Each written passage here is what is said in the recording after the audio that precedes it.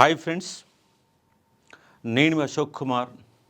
Welcome to Ashoka online academy. చూడండి, ఇక్కడ PhD ఉంటేనే డిఎల్ ఉద్యోగం, కొత్త నిబంధనలతో పీజీ అభ్యర్థుల పరిశాని. అవును, ఇది ముమ్మాటికి వాస్తవమే. మీకు పిహెచ్డి లేదా పిహెచ్డి లేకపోతే నీకు డిఎల్ అనే అంశాన్ని మర్చిపో. నీకు పిహెచ్డి కనుక పూర్తి చేసి ఉంటేనే, పిహెచ్డి కనుక అవార్డు అయి ఉంటేనే నీకు డిఎల్ ఉద్యోగం రావడానికి అవకాశం ఉంటుంది. రాసుకోవడానికి అవకాశం ఉండొచ్చు, ఎందుకంటే డిఎల్ రాయాలంటే SET or NET compulsory qualify ఉండాల. సెట్ నెట్ ఉన్నంత మాత్రాన నీకు డిఎల్ వస్తుందంటే రాదు. ఎందుకంటే యూనివర్సిటీ గైడ్లైన్స్ ప్రకారం డిఎల్ అనేదాన్ని కొత్త నిబంధనలు పెట్టారు. ఏంటా నిబంధనలు అంటే, అసిస్టెంట్ ప్రొఫెసర్కి ఏవైతే నిబంధనలు ఉన్నాయో సేమ్ అవే నిబంధనలు పెట్టారు. యూనివర్సిటీలో ఉన్నటువంటి ప్రొఫెసర్లకు అసిస్టెంట్ ప్రొఫెసర్ పెట్టిన నిబంధనలనే ఇక్కడ కూడా తీసుకొచ్చి డిఎల్లో పెట్టారు. గతంలో ఆంధ్రప్రదేశ్లో, ఉమ్మడి ఆంధ్రప్రదేశ్లో కానీ తెలంగాణలో కానీ డిఎల్కి ఈ నిబంధనలు లేవు. ఈ కొత్త నిబంధనలతో మీరు పీజీ పూర్తి చేసిన డిఎల్ మాత్రం ఉద్యోగం సాధించలేరు. ఎందుకంటే కొత్త నిబంధనలు అట్లా రూపకల్పన చేశారు. మరి ఏంటి కొత్త నిబంధనలను ఒకసారి కనుక చూస్తే, జీవో నెంబర్ 4ని యూనివర్సిటీ గ్రాంట్స్ యొక్క నామ్స్ ప్రకారం మేము రిలీజ్ చేశామని తెలంగాణ గవర్నమెంట్ హయ్యర్ ఎడ్యుకేషన్ ప్రకటించడం జరిగింది. జీవో నెంబర్ 4 ప్రకారము కొత్త నిబంధనలు పెట్టి ఎన్నడు చేశారు సార్ అంటే 12వ తారీఖు నాడు, మొన్న ఫిబ్రవరి 12వ తారీఖు నాడు కొత్త నిబంధనలకు సంబంధించి ఒక నిబంధనల్ని జీవో నెంబర్ 4ని రిలీజ్ చేశారు. ఆ జీవో నెంబర్ 4లో ఏమున్నాయంటే, మనకు టోటల్గా 100 మార్కులకు కన్సిడర్ చేస్తారని చెప్పారు. ఆ 100 మార్కులు ఏంటో లెక్కలు చెప్పారు. ఏంటి సార్ 100 మార్కులు అంటే, నీ అకాడమిక్ స్కోర్కి 50 మార్కులు ఇస్తారట, అకాడమిక్ స్కోర్కి 50 మార్కులు ఇస్తారట, నువ్వు ఎగ్జామ్కి 50 మార్కులు ఇస్తారట. ఆ ఎగ్జామ్లో కూడా 40 మార్కులు ఎగ్జామ్ ఉంటుంది, 10 మార్కులు ఇంటర్వ్యూ ఉంటుంది. అయితే ఇప్పుడు ఇంటర్వ్యూ అనేది గ్రూప్ 1కి కూడా ఇంటర్వ్యూ చేసేశారు. ఎక్కడ కూడా ఇంటర్వ్యూ లేదు, ఈసారి ఇంటర్వ్యూ పెడుతున్నారు 10 మార్కులు. ఆ 10 మార్కులు అంటే తమకు నచ్చిన వారికి, మెచ్చిన వారికి వేసుకునే అవకాశం ఉన్నది. ఎందుకంటే మొన్న గ్రూప్ 1ని అడ్డంగా ఏమీ లేకున్నా దోచుకున్నట్టు సందర్భాలు కనబడుతున్నాయి. ఇవాళ కూడా రేపు అదే జరగవచ్చు, కాబట్టి అర్థం చేసుకోవచ్చు. ఇంటర్వ్యూకు 10 మార్కులు, అకాడమిక్ 50 మార్కులు వచ్చినాయి. మరి అకాడమిక్ 50 మార్కులు ఏమేమి ఇచ్చారో ఎనెక్సలర్ 1లో పేజీ నెంబర్ 3లో టోటల్గా డీటెయిల్గా మొత్తం ఇచ్చారు. దానికి సంబంధించిన అంశాలు ఇక్కడ మీకు చూపిస్తాను. చూడండి, ఇక్కడ చూడండి, ఇక్కడ షార్ట్ లిజనింగ్ సెలక్షన్ కాంపోనెంట్స్ అని చెప్పేసి మనకు 100 మార్కులకు ఇచ్చారు. దాంట్లో అకాడమిక్ బ్యాక్గ్రౌండ్కి 50 మార్కులు, రిటర్న్ టెస్టు, అసెస్టు సబ్జెక్టు నాలెడ్జ్ అని ఇచ్చారు. కాబట్టి జిఎస్ ఉంటుందా ఉండదా అనేది తెలియదు. 150 మార్కులకు ఎగ్జామ్ పెడతామని చెప్పేసి చెప్పారు. మరి ఆ 150 మార్కులని 40 మార్కులకి కన్సిడర్ చేస్తారు. కాబట్టి అంశాన్ని ఇక్కడ అర్థం చేసుకునే ఒక ప్రయత్నం చేస్తారు. టోటల్గా 100 మార్కులు, ఇంటర్వ్యూ కలిపితే 10 మార్కులు. మరి ఇక్కడ 50 మార్కులకు ఏమున్నాయి సార్? 50 మార్కులకు ఉన్న నిబంధనలు ఏంటనే ఒకసారి కనుక మీరు చూస్తే, మీరు డిగ్రీ కనుక 70% పైగా మార్కులు ఉంటే, 70%కు పైన మార్కులు ఉంటే డిగ్రీకి యూజీకి 8 మార్కులు ఇచ్చారు, పీజీకి 12 మార్కులు ఇచ్చారు. ఆ పీజీ కూడా 70% పైగా ఉంటే నీకు ఫుల్ స్కోర్ రావడానికి అవకాశం ఉంటుంది. 60 నుంచి 70 ఉంటే 10 మార్కులు ఇచ్చారు, 50 పైన ఉంటే ఇంకా మార్కులు తగ్గించారు. అయితే ఇక్కడ వరకు అందరికీ ఎలిజిబుల్ ఉంటుంది. 8 మార్కులు 10 మార్కులు కూడా ఇటీవల కాలంలో డిగ్రీలు పీజీలు చేసిన వాళ్ళకి పర్సంటేజ్లు ఎక్కువ ఉన్నాయి.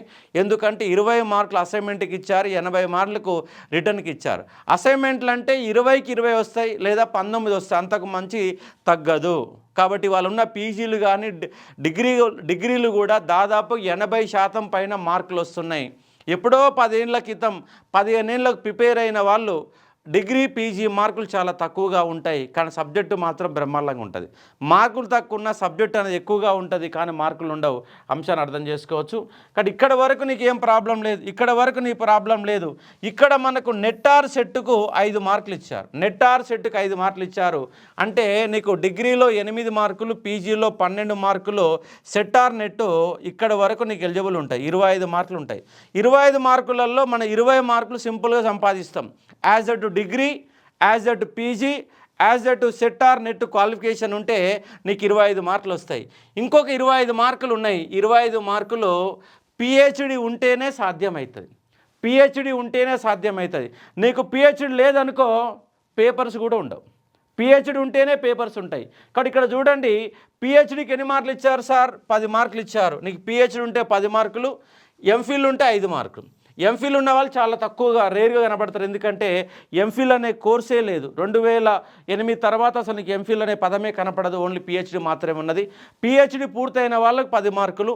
ఆ పిహెచ్డి బేస్డ్లో ఉన్నటువంటి రీసెర్చ్ పబ్లికేషన్స్, ఇంటర్నేషనల్ అయితే 2 మార్కులు, నేషనల్ అయితే 1 మార్క్ అని చెప్పేసి అక్కడ మనకు ఇట్లా 5 మార్కులు పేపర్ రీసెర్చ్ పబ్లికేషన్స్ అంటే ఆర్టికల్స్కి ఇచ్చారు. ఆర్టికల్స్తో పాటుగా సెమినార్ ప్రజెంటేషన్లో పేపర్ చేసి అది పుస్తక రూపంలో వచ్చిన వాటికి మరొక 5 మార్కులు ఇచ్చారు. నువ్వు పేపర్ ప్రజెంటేషన్ చేయాలా, అది మళ్ళీ పుస్తకంలో వచ్చి ఉండాలా. సెమినార్స్ కానీ, సింపోజియం కానీ ఇలాంటి అంశాలకి 5 మార్కులు ఇచ్చారు. అంటే ఇక్కడ రీసెర్చ్ పబ్లికేషన్స్ కానీ, సెమినార్స్ కానీ ఎవరికి ఉంటాయి సార్ అంటే కేవలం పిహెచ్డి ఉన్న వాళ్ళకే ఉంటుంది. అంటే పిహెచ్డికి 10 మార్కులు, ఇక్కడ ఒక 10 మార్కులు, 20 మార్కులకు సంబంధించిన లెక్కలు తేలుతున్నాయి సార్ అంటే తేలవలేదన్న అంశాన్ని ఇక్కడ మీరు అర్థం చేసుకునే ఒక ప్రయత్నం చేయవచ్చు. కాబట్టి ఈ విధంగా మనకు మార్కులు ఇచ్చారు. కాబట్టి నీకు పిహెచ్డి లేకపోతే నువ్వు ఇక డిఎల్ అనేదాన్ని ఉద్యోగం సాధించడం అనేది సాధ్యము కాదు. కానీ ఇక్కడ అంశం చూడండి, పాత 2012లో వచ్చిన డిఎల్కి ఈ నిబంధనలు లేవు. నిన్నగాక మొన్న last year Andhra Pradesh public service commission ద్వారా నింపినటువంటి డిఎల్లకు కూడా ఇలాంటి ఎలిజిబిలిటీ లేవు. తెలంగాణలో మన లాస్ట్ ఇయర్ అంతకుముందు నింపినటువంటి గురుకుల డిఎల్ కూడా ఇలాంటి నిబంధనలు లేవు. గురుకుల నిబంధనలు లేవు. ఈ నిబంధనలు మొన్న కొత్తగా యూనివర్సిటీలో ఉన్నటువంటి ప్రొఫెసర్లు నింపడం కోసం పెట్టినటువంటి నిబంధనలనే డిగ్రీ కాలేజ్ లెక్చరర్లు కూడా అప్లై చేస్తూ ఉన్నారు. దీని కారణంగా కొన్ని లక్షల మంది యూనివర్సిటీలలో పీజీలు పూర్తి చేసిన వారికి అసలు డిఎల్ అనే దానికి ఉద్యోగానికి దూరం కావాల్సిన పరిస్థితి అనేది ఏర్పడింది. సబ్జెక్ట్ ఉన్నా, నాలెడ్జ్ ఉన్నా పిహెచ్డి అనే కాన్సెప్ట్తోని వెనకడి వేయడానికి అవకాశం ఉంది. కాబట్టి అర్థం చేసుకోవచ్చు. చూడండి, weightage for agreement percentage of marks in UG 70% పైన మార్కులు ఉంటే 8 మార్కులు, 60 నుంచి 70 మధ్య ఉంటే 6 మార్కులు, 50 నుంచి 60% మధ్య ఉంటే 4 మార్కులు, 50% కంటే లోపు ఉంటే 2 మార్కులు. మొత్తంగా డిగ్రీ అనే పదానికి, యూజీ అనే పదానికి ఎన్ని మార్కులు ఇచ్చారు సార్ అంటే 8 మార్కులు ఇచ్చారు. అలాగే పీజీలో 70% పైగా మార్కులు ఉంటే 12 మార్కులు ఇచ్చారు. 60 నుంచి 70 మధ్య ఉంటే 10 మార్కులు ఇచ్చారు. 50 నుంచి 60 మధ్య ఉంటే 8 మార్కులు ఇచ్చారు. ఎందుకంటే పీజీ అంటేనే మినిమం 50% మార్కులతో పాస్ కావాలి. కాబట్టి 50 నుంచి 60 మధ్య 8 మార్కులు ఇచ్చారు. అంటే పీజీకి ఎన్ని మార్కులు ఇచ్చారు సార్ అంటే మనకి ఇక్కడ 12 మార్కులు ఇచ్చారు. అందరికీ ఎలిజిబుల్ ఉంటుంది. ఎందుకంటే పీజీ చేసిన వాళ్ళకే కదా. డిగ్రీ కాలేజ్ లెక్చరర్ కానీ, జూనియర్ కాలేజ్ లెక్చరర్ కానీ ఎలిజిబిలిటీ ఏంటి? పీజీ ఉంటుంది. కాబట్టి ఆ 2 ఉన్నాయి. అట్లాగే థర్డ్ పాయింట్ ఏంటంటే జేఆర్ఎఫ్కు 10 మార్కులు ఇచ్చారు. జేఆర్ఎఫ్కి 10 మార్కులు ఇచ్చారు. జేఆర్ఎఫ్ చాలా తక్కువ మందికి ఉంటుంది. అది ఇంగ్లీష్ మీడియంలో ఫస్ట్ నుంచి ఇంగ్లీష్ మీడియంలో చదువుకున్న వాళ్ళందరికీ జేఆర్ఎఫ్ క్వాలిఫై కావడానికి అవకాశం ఉంటుంది. తెలుగు మీడియం అభ్యర్థులకి సబ్జెక్టు నాలెడ్జ్ ఉన్న ఆ ఇంగ్లీష్ లాంగ్వేజ్ని అర్థం చేసుకోవడంలో ఇబ్బంది పడతారు కాబట్టి జేఆర్ఎఫ్ తెలుగు మీడియం అభ్యర్థులు జేఆర్ఎఫ్ కొట్టిన వాళ్ళు చాలా రేరుగా తక్కువ మందికి ఉంటారు. అది లాంగ్వేజ్ మీ స్కిల్స్ ఉన్న వాళ్ళకు మాత్రమే జేఆర్ఎఫ్ రావడానికి అవకాశం ఉంది. మిగతా వాళ్ళకు తక్కువ. లాంగ్వేజ్ వాళ్ళకంటే హిందీ, తెలుగు లాంటి వాళ్ళకంటే ప్రాబ్లం లేదు కాబట్టి అర్థం చేసుకోవచ్చు. సెట్ ఆర్ నెట్కి ఎన్ని మార్కులు ఇచ్చారు సార్ అంటే 5 మార్కులు ఇచ్చారు. కాబట్టి మన సెట్ ఆర్ నెట్ అనేది ఎక్కువ మందికి ఉంటుంది కాబట్టి ఆ నెట్ అనే నేపథ్యంలో మనకు 5 మార్కులు ఇచ్చారు. కాబట్టి 5 మార్కులు కలుపుకుంటే 25 మార్కులు అందరికీ ఎలిజిబుల్ ఉంటుంది. కాబట్టి ఓన్లీ సెట్ ఆర్ నెట్తోనే మనకి గతంలో డిఎల్ రాసుకోవడానికి అవకాశం ఉంది, ఇప్పుడు లేదు. ఇప్పుడు ఉన్నది అవకాశం రాసుకోవడానికి అవకాశం ఉంది కానీ ఉద్యోగం మాత్రం రాదు, ఎందుకంటే పిహెచ్డి లేదు కాబట్టి. అలాగే ఇక్కడ పిహెచ్డి అంటే ఇక్కడ మొత్తంగా 2.5 అంశాల వరకు మాత్రమే నీకు ఎలిజిబిలిటీ ఉన్నది. ఇంకో 2.5 అంశాలకు ఎలిజిబిలిటీ ఉందా అంటే లేదు అన్న అంశాన్ని ఇక్కడ అర్థం చేసుకునే ఒక ప్రయత్నం చేయవచ్చు. ఆ తర్వాత మనకు పిహెచ్డికి ఎన్ని మార్కులు ఇచ్చారు సార్ అంటే 10 మార్కులు ఇచ్చారు. పిహెచ్డికి 10 మార్కులు ఇచ్చారు. మన ఎంఫిల్కి 5 మార్కులు ఇచ్చారు. ఎంఫిల్కి పిహెచ్ ఉంటే 10 మార్కులు, అది లేకుండా ఓన్లీ ఎంఫిల్ ఉంటే 5 మార్కులు రావడానికి అవకాశం ఉంది. దాంతోపాటుగా ఇక రీసెర్చ్ పేపర్స్ ఇంటర్నేషనల్ జర్నల్స్లో వస్తే 2 మార్కులు ఇస్తారు. అలాగే ఇంటర్నేషనల్లో ఫస్ట్ ఆథర్గా సెకండ్ ఆథర్గా ఉన్న వాళ్ళకి 2 మార్క్స్ ఇస్తారు. థర్డ్ ఆథర్గా ఉంటే 1 మార్క్ ఇస్తారు. ఈ విధంగా వీటిని రీసెర్చ్ పేపర్స్ కింద తీసుకుంటారు. నేషనల్లో కనుక ఉంటే ఫస్ట్ ఆథర్ సెకండ్ ఆథర్ ఉంటే 1.5 మార్కులు, అదేవిధంగా థర్డ్ ఆథర్గా ఉంటే 0.75 మార్క్స్. ఈ విధంగా 5 మార్క్స్ ఇక్కడ ఇచ్చిన అంశాన్ని ఇక్కడ అర్థం చేసుకోవచ్చు. అలాగే మరొక 5 మార్క్స్ సెమినార్స్ కానీ కాన్ఫరెన్స్ కానీ సింపోజియం కానీ ఎడిటర్ వాల్యూమ్స్ విత్ 5 మార్క్స్ ఇచ్చారు.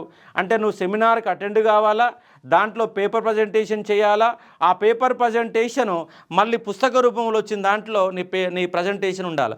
ప్రజెంటేషన్ సబ్మిషన్ చేసిన మాత్రం రాదు, అది పుస్తకంలో మళ్ళీ ఐఎస్బిఎన్ నెంబర్తో ఉన్నటువంటి జర్నల్స్లో మాత్రమే పబ్లిష్ అయితేనే నీకు 5 మార్కులు వస్తాయి. కాబట్టి అర్థం చేసుకునే ఒక ప్రయత్నం చేయవచ్చు. ఇక్కడ ఈ 10 మార్కులు 5 మార్కులు పోతున్నాయి, ఈ 5 మార్కులు పోతున్న అంశంగా అర్థం చేసుకోండి. 20 మార్కులలో నీకు కేవలం 5 మార్కులు మాత్రమే వస్తున్నాయి. ఇక్కడ జేఆర్ఎఫ్ అనేది చాలామందికి ఉంటుందా అంటే ఉండదు. కాబట్టి ఒకవేళ నీకు జేఆర్ఎఫ్ ఉంది 10 మార్కులు వస్తాయి. అదేవిధంగా పిహెచ్డి ఉంది 10 మార్కులు వస్తాయి. పేపర్స్ ఉన్నాయి మరొక 5 మార్కులు వస్తాయి. 20 మార్కులు 30 మార్కులు రావడానికి ఆస్కారం ఉంది. కాబట్టి ఇక్కడ పిహెచ్డి ఉన్న వాళ్ళకు మాత్రమే ఈ 5 మార్కులు వస్తాయి. కాబట్టి 20 మార్కులు మనం కోల్పోతూ ఉన్నాం. 25 మార్కులే వస్తున్నాయి, ఇంకో 25 మార్కులు కోల్పోతున్నాం. ఉన్న 100 మార్కులలో పిహెచ్డి లేని కారణంగా, పిహెచ్డి ఉంటేనే ఆర్టికల్స్ ఉంటాయి, పిహెచ్డి ఉంటేనే సెమినార్లు ఉంటాయి. నువ్వు పిహెచ్డి అడ్మిషన్ వేయకుండా సెమినార్లు ఉంటాయా? ఉండవు. పిహెచ్డి అడ్మిషన్ వేయకుండా ఆర్టికల్స్ ఉంటాయా? ఉండవు. కాబట్టి నువ్వు ఎన్ని మార్కులు కోల్పోతున్నావు సార్ అంటే పిహెచ్డి పేరు మీద 10 మార్కులు 5 మార్కులు 20 మార్కులు. అలాగే జేఆర్ఎఫ్ మనకు ఉంటుందా అంటే మ్యాక్సిమం మెంబర్స్కి ఉండదు, కేవలం సెట్ ఆర్ నెట్ మాత్రమే ఉంటుంది. కాబట్టి ఇలా 25 మార్కులు కోల్పోయినాక 100 మార్కుల పేపర్లో 25 మార్కులు కోల్పోయినాక 75 మార్కులకి నీకు పరీక్ష రాస్తే 75 వస్తే రావు. కాబట్టి నువ్వు ఇక డిఎల్ అనేదాన్ని మర్చిపో. కాబట్టి ఇవాళ పీజీ చేసిన వాళ్ళు కొత్తగా ఇప్పటికిప్పటికి నిబంధన పెడితే పిహెచ్డి వాళ్ళు ఎవరికి లేదు. పిహెచ్డి అడ్మిషన్లు సాధారణంగా ఇవ్వరు, ఇచ్చినా కూడా పైరవోలు ఉంటాయి. పిహెచ్డీలు కూడా దొంగ పిహెచ్డీలు ఉంటాయి. చాలా యూనివర్సిటీలకు వెళ్ళి మన ఉస్మానియా యూనివర్సిటీ తీసుకురంటే ప్రాబ్లం లేదు, కాకతీయులకు వెళ్ళి తీసుకురంటే ప్రాబ్లం లేదు. మన రాష్ట్రంలో ఉన్న తెలంగాణ, పాలమూరు, శాతవాహన, మహాత్మా గాంధీ, అలాగే సెంట్రల్ యూనివర్సిటీ, అలాగే తెలుగు యూనివర్సిటీ, ఇలాంటి యూనివర్సిటీలకు వెళ్ళి తీసుకుంటే పిహెచ్డీ తీసుకుంటే పర్వాలేదు. కానీ ఎక్కడి నుంచో మధ్యప్రదేశ్కి వెళ్ళి, ఎక్కడికి వెళ్ళి ఉత్తరప్రదేశ్కి వెళ్ళి, ఎక్కడికి వెళ్ళి హర్యానాకి వెళ్ళి, ఎక్కడికి వెళ్ళి ఇతర రాష్ట్రాలకు వెళ్ళి, ఢిల్లీలో ఉన్నటువంటి పేరు తెలవని యూనివర్సిటీలకు వెళ్ళి పిహెచ్డీలు పట్టాలు పొందిన వాళ్ళు ఉద్యోగాలు అక్రమంగా పొందడానికి అవకాశాలు ఎక్కువ ఉన్నాయి. కాబట్టి దొంగ సర్టిఫికెట్లకు అవకాశం ఎక్కువ ఉంది, దొంగ సర్టిఫికెట్లు ఎక్కువ అవకాశం ఉంది. కాబట్టి దొంగ సర్టిఫికెట్లు కనుక ఏమీ రాకుండా నీకు నిజంగా సమర్థత ఆధారంగా నువ్వు పీజీలో సబ్జెక్టు ఉంటే ఎట్లా ఎగ్జామ్ పెడుతున్నావు కదా, ఎట్లాగా జిఎస్ పేపర్ పెడుతున్నావు కదా, నువ్వు అదేవిధంగా ఆప్షనల్ సబ్జెక్టులో ప్రతి క్వశ్చన్కి 2 మార్కులు పెడుతున్నావు. సబ్జెక్టునే ఇక్కడ కేటగిరీ తీసుకుంటున్నావు. ఒక సబ్జెక్టుకు 2 మార్కులు తప్పున 150 మార్కులకు 300 మార్కులతోని సబ్జెక్ట్ ఎట్లాగా చూస్తున్నావు కదా, ఎట్లా సబ్జెక్టు చూస్తున్నావు. కాబట్టి మళ్ళీ ఈ పంచాయతీలని కొత్త పంచాయతీలు పెట్టారు. యూనివర్సిటీలో ప్రొఫెసర్లు పెట్టుకోండి, ఎందుకంటే యూనివర్సిటీలో రీసెర్చ్ ప్రోగ్రామ్ నడుస్తుంది. డిగ్రీ కాలేజ్ రీసెర్చ్ ప్రోగ్రామ్ ఎక్కడ నడవదు కదా. డిగ్రీ కాలేజ్ లేనటువంటి రీసెర్చ్ ప్రోగ్రామ్కి రీసెర్చ్ చేసిన వాళ్ళకి అవకాశాలు ఇస్తామంటే మిగతా వాళ్ళందరూ కూడా ఆగమవుతారు. అంటే ఈ లెక్క ప్రకారం మీరు ఈ నిబంధనలు పెడితే పీజీ చేసిన వాళ్ళల్లో 10% మందికి మాత్రమే ఈ యొక్క పిహెచ్డీలు అనేవి ఉంటాయి. 10% మంది మాత్రమే ఉంటుంది. 90% మంది విద్యార్థులు డిఎల్కి అప్లై చేసుకొని ఉద్యోగం పొందే అవకాశం కంప్లీట్గా కోల్పోతారు. 90% పీజీ చేసినటువంటి 90% మంది అభ్యర్థులకి తీవ్రమైన అన్యాయం జరుగుతుంది. కాబట్టి ఈ కేవలం యూనివర్సిటీ ప్రొఫెసర్లకు మాత్రమే ఈ నిబంధనలు పెట్టుకోండి. యూనివర్సిటీ ప్రొఫెసర్లకు మాత్రమే నిబంధనలు పెట్టుకోండి. కానీ ఇక్కడ మీరు డిగ్రీ కనుక ఈ నిబంధనలు అప్లై చేస్తే 90%గా 95% మంది అభ్యర్థులు అనే వాళ్ళు అర్హతని కోల్పోతారు. డిఎల్ అనే అర్హతను కోల్పోతారు. గత గవర్నమెంట్లో కాంట్రాక్ట్లను రెగ్యులర్ చేసిన కారణంగా చాలామంది అనర్హులు అనేవాళ్ళు కొంతమందికి దొంగ సర్టిఫికెట్లతోని లేని యూనివర్సిటీలకు వెళ్ళి సర్టిఫికెట్లు తెచ్చుకొని వాళ్ళ డిగ్రీ కాలేజ్ లెక్చరర్లకు కొనసాగే వాళ్ళు చాలామంది ఉన్నారు. ఇప్పుడు కూడా అలాంటి దొంగ పిహెచ్డీలతోని దొంగ సర్టిఫికెట్లతోని, ఎందుకంటే ఎవరు కూడా నిజంగా రీసెర్చ్ చేసి ఇంటర్నేషనల్ ఆర్టికల్స్ ఎవరు రాయడం లేదు, నేషనల్ ఆర్టికల్స్ ఎవరు రాయడం లేదు. ఎవరికో 5,000 రూపాయలు ఇచ్చేసి ఆర్టికల్స్ రాసుకొని పేరేసుకుంటున్నారు తప్ప నిజంగా నిజాయితీగా కష్టపడి రీసెర్చ్ చేసేవాడు ఉన్నాడంటే లేదు. ఇవాళ యూనివర్సిటీలలో 95% పిహెచ్డీలన్నీ కూడా ఫాల్స్ పిహెచ్డీలే. ఎందుకంటే అందరి చేత రాపించిన వాళ్ళే. ఎవరు కూడా ఇంగ్లీష్ ఫ్లూయెన్స్ లేని కారణంగా పైసలు ఇచ్చి రాసినటువంటి పిహెచ్డీలే ఉన్నాయి. 95% పైసలు ఇచ్చిన పిహెచ్డీలే ఉన్నాయి. కేవలం నిజాయితీగా పిహెచ్డీ చేసే వాళ్ళు కేవలం 5% మంది మాత్రమే ఉంటారు. కాబట్టి ఈ కొత్త నిబంధనల కారణంగా నిజంగా టాలెంట్ ఉన్నవాడు, నిజంగా సబ్జెక్ట్ ఉన్నవాడు అర్హతను కోల్పోతున్నాడు. కాబట్టి దీనిపైన ప్రతి పీజీ విద్యార్థి స్పందించాల్సిన అవసరం ఉంది. ఈ వీడియో కింద ప్రతి ఒక్కరు కూడా కామెంట్ చేయండి. నిజంగా ఈ నిబంధనలు కరెక్టేనా? కరెక్ట్ ఎవరికి అంటే పిహెచ్డీ ఉన్నవాడికి కరెక్ట్.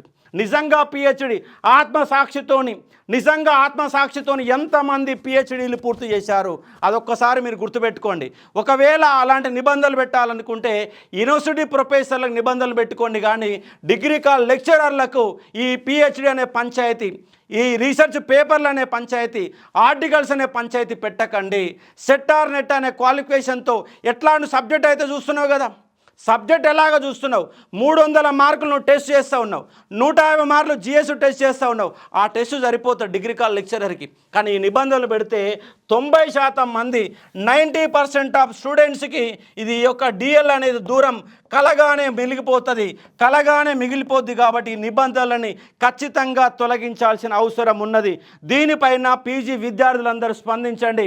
దీనిపైన కొట్లాడే ఒక ప్రయత్నం చేద్దాం. గతంలో కూడా టీఆర్ఎస్ గవర్నమెంట్లో ఉన్నప్పుడు కూడా జేఎల్ అనే ఎగ్జామ్కి, జూనియర్ లెక్చర్ అనే ఎగ్జామ్కి కేవలం ఇంగ్లీష్ మీడియంలోనే మేము పేపర్ పెడతాం, తెలుగు మీడియంలో పేపర్ ఇవ్వమని చెప్పేసి ఫస్ట్ నోటిఫికేషన్ ఇచ్చారు. మళ్ళీ దాని ఇనిషియేటివ్ తీసుకొని నేను ఉద్యమ రూపంగా మార్చిన తర్వాత కోర్టులో కేసు వేసిన తర్వాత నిబంధనలు మార్చారు. అయితే వాళ్ళు డిఎల్ అనే పదాన్ని అసిస్టెంట్ ప్రొఫెసర్తో పిలిచినప్పటికీ డిగ్రీ స్థాయిలో ఉన్న విద్యార్థులు ఎవ్వరు కూడా రీసెర్చ్ చెయ్యరు. డిగ్రీ స్థాయిలో ఉన్న విద్యార్థులు ఏమైనా పాఠాలు నేర్చుకుంటారు, సబ్జెక్టు కంటెంట్ నేర్చుకుంటారు. యూనివర్సిటీలో ఉన్న విద్యార్థులంతా రీసెర్చ్ ఓరియంటేషన్లో తమ యొక్క ప్రిపరేషన్ కొనసాగిస్తారు.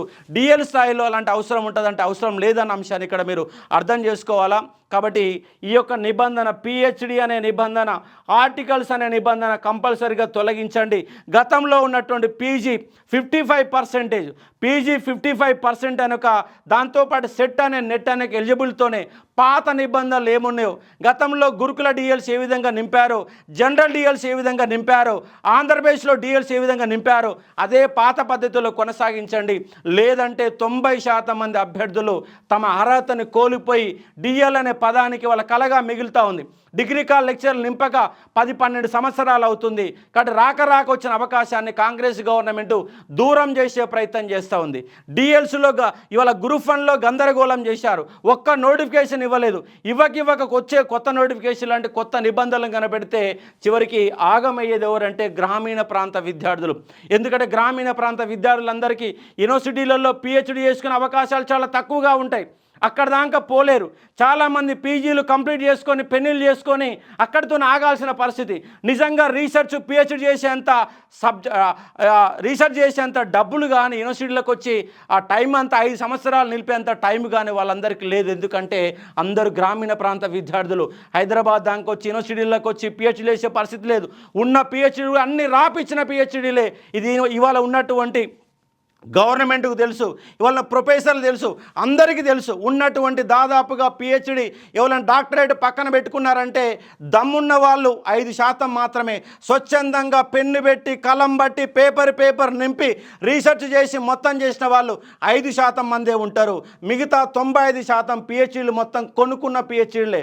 కొనుక్కోవడం అంటే ఎవరికో ₹1,00,000 ₹2,00,000 ఇచ్చి రాపించుకొని పూర్తి చేసినటువంటి పిహెచ్డీలే తప్ప ఎవరు కూడా నిజాయితీ చేసిన పిహెచ్డీలు కాదు. అలాంటి పిహెచ్డీల కోసం ఇలాంటి నిబంధనలు పెడితే నిజమైన అభ్యర్థులైన పీజీలలో కష్టపడి చదివిన వాళ్ళు, సబ్జెక్ట్ ఉన్నవాళ్ళు, నాలెడ్జ్ ఉన్నవాళ్ళు వాళ్ళందరూ కూడా డిఎల్కు దూరం అవుతారన్న కాన్సెప్ట్ని ఇక్కడ ప్రభుత్వం అర్థం చేసుకోవాలా. దీనిపైన ఒకవేళ ప్రభుత్వం కనుక నిబంధనలు మార్చకపోతే దీన్ని ఉద్యమ రూపంలోకి మార్చే ఒక ప్రయత్నం కంపల్సరీగా జరుగుతుంది. గతంలో ఉద్యమ రూపం మార్చినందుకే టీఆర్ఎస్ గవర్నమెంట్ విద్యార్థులతో దూరం అయింది. కాంగ్రెస్ గవర్నమెంట్ కూడా దూరం కావాలనుకుంటే ఇలాంటి కొత్త నిబంధనలు మీరు 3-man కమిటీ వేయచ్చు. నిజంగా కమిటీ ఉన్న సమర్థులు కావచ్చు, కానీ రాష్ట్రంలో విద్యా వ్యవస్థను మీరు మార్చకుండా, విద్యా వ్యవస్థలో సంస్కరణలు తీసుకురాకుండా ఇలాంటి కొత్త నిబంధనలు పెడితే ఆల్రెడీ పీజీలు చేసిన వాళ్ళు, ఆల్రెడీ కంప్లీట్ చేసిన వాళ్ళందరూ కూడా ఈ విద్యా వ్యవస్థకు దూరం అయ్యే ప్రమాదం ఉంటుంది. కాబట్టి ఖచ్చితంగా నిబంధనల్ని తొలగించాల్సిందే. గతంలో ఉన్న పాత నిబంధనలతో డిఎల్ పెట్టాలి తప్ప కొత్త నిబంధనలు పెడితే ఎట్టి పరిస్థితులలో విద్యార్థి లోకం ఊకోదు. 90% మంది విద్యార్థులు దూరం అవుతారు. ఈ 10 మార్కులనే ఇంటర్వ్యూ పద్ధతి కూడా అక్రమాలకు తావిచ్చే విధంగా, తన అనుమాయులకు ఉద్యోగాలు ఇచ్చే విధంగా, ఎట్లాగా గ్రూప్ 1లో 563 ఉద్యోగాలు ఉంటే దాంట్లో 400 ఉద్యోగాలకు సరి అయిన అభ్యర్థులు రాలేదు. నీతిగా నిజాయితీ కష్టపడ్డ వాళ్ళు మహా అయితే ఒక 100 నుంచి 150 మంది మాత్రమే ఉండరు తప్ప నిజంగా 400-450 మంది ఎలిజిబిలిటీ లేనటువంటి వాళ్ళు డిఎల్ అయ్యారు. రేపు వాళ్ళందరూ కూడా రాష్ట్రాన్ని గుప్పెట్లో పెట్టుకోవడానికి అవకాశం ఉన్నాయి. ఈ పిచ్చి దిగ్గులకు పరిపాలనలో, రేవంత్ పరిపాలనలో కొత్త నిబంధనలు తీసుకొచ్చి అర్హులైనటువంటి అభ్యర్థులను దూరం చేసే ప్రయత్నం చేస్తుంది. కోట్లను గుప్పెట్లో పెట్టుకొని కోట్లను కూడా మ్యాల్పులేట్ చేసే విధంగా ఇవాళ పరిస్థితి కొనసాగుతుంది. కాబట్టి దీనిపైన ప్రతి ఒక్కరు స్పందించండి, ప్రతి ఒక్కరు కూడా కామెంట్ పెట్టే ప్రయత్నం చేయండి. ఎందుకంటే ఈ కొత్త నిబంధనలు అనేవి ఆ విద్యార్థులందరినీ దూరం చేసే విధంగా ఉన్నాయి. కాబట్టి పిహెచ్డి ఉంటేనే డిఎల్ ఉద్యోగం తప్ప ఈ కొత్త నిబంధనలతో పీజీ అభ్యర్థులు మొత్తం కూడా పరిశాన్ కావాల్సిందే, మానసిక ఇబ్బంది పడాల్సిందే, వాళ్ళందరూ ఉద్యోగాలకు దూరం కావాల్సిందే. నిజంగా మీరు చూడండి, గతంలో డిఎల్ కొట్టిన వాళ్ళ సబ్జెక్ట్ ఉన్న వాళ్ళే. కాబట్టి అర్థం చేసుకొని ఈ నిబంధనలు మొత్తం కూడా తొలగించి పాత నిబంధనలతోనే, కొత్త నిబంధనలు కాకుండా పాత నిబంధనలతోనే ఖచ్చితంగా ఎగ్జామ్ పెట్టి 100% పీజీ చేసిన వాళ్ళు డిఎల్ రాసుకునే విధంగా సెట్ నెట్టే నీకు 6 నెలలకు ఒకసారి, సంవత్సరంకి ఒకసారి పెడతా ఉన్నారు. అలాంటిది మరి ఇక్కడ మీరు పిహెచ్డీలు ఎన్నిసార్లు అడ్మిషన్లు తీసుకున్నారు, ఎంతమంది పిహెచ్డీ అవార్డు చేశారు, ఇచ్చిన వాళ్ళల్లో నిజాయితీగా చేసిన వాళ్ళు ఎంతమంది, రాపించుకొని పాస్ అయిన వాళ్ళు ఎంతమంది, దొంగ పిహెచ్డీలతో వేరు యూనివర్సిటీలకు వెళ్ళి తెచ్చుకున్న వాళ్ళు ఎంతమంది, లెక్కలు తీస్తే మీకు అర్థమవుతుంది. కాబట్టి దీనిపైన అవసరమైతే కోర్టుకు కూడా మనం వెళ్ళాల్సిన అవసరం ఉంటుంది, ఉద్యమ రూపం దాల్చిన అవసరం ఉంటుంది. కాబట్టి అర్థం చేసుకునే ప్రయత్నం చేసి దీనిపైన అవసరమైతే ఈ వారం 10 రోజుల తర్వాత అవసరమైతే మనం ఇక్కడ సోమాజిగూడ ప్రెస్ క్లబ్లో పీజీ అనే కాన్సెప్ట్ పైన, కొత్త నిబంధనల పైన మన కాన్సెప్ట్ కూడా తీసుకొని ఉద్యమ రూపానికి మార్చే ఒక ప్రయత్నం చేద్దామని స్పష్టంగా చెప్తా ఉన్నాను. ఎందుకంటే మనకి ఇవాళ నిబంధనలు వచ్చినటువంటి నేపథ్యంలో నిన్న నుంచి ఇవాళ వరకు నాకు కనీసంగా 50-60 మంది ఫోన్ చేశారు. 50-60 మంది ఫోన్ చేశారు. ఫోన్ల మీద ఫోన్లు వస్తున్నాయి. ఫోన్లు ఎత్తితే ఇదే సమాచారం, సార్ ఇక అన్యాయం జరుగుతుంది, ఆగమవుతుంది, మాకు రాసుకోవడానికి అవకాశం దొరకడం లేదని చెప్పేసి ఫోన్ల మీద ఫోన్లు చేస్తూ ఉన్నారు. కాబట్టి దీనిపైన ప్రతి ఒక్క నిరుద్యోగి స్పందించాల్సిన అవసరం ఉంది. నిబంధనలు కరెక్ట్ అనిపిస్తే కరెక్ట్ అని పెట్టండి, కాదు అంటే కాదని పెట్టండి. మీ కామెంట్ రూపంలో ఖచ్చితంగా తెలపాలని స్పష్టంగా చెప్పదలుచుకున్నాను. ఇది ఈ వీడియోకి సంబంధించిన సమాచారం. మరికొంత సమాచారంతో మీ ముందుకు వచ్చే ఒక ప్రయత్నం చేస్తాను, చూసుకోవచ్చు. Thank you.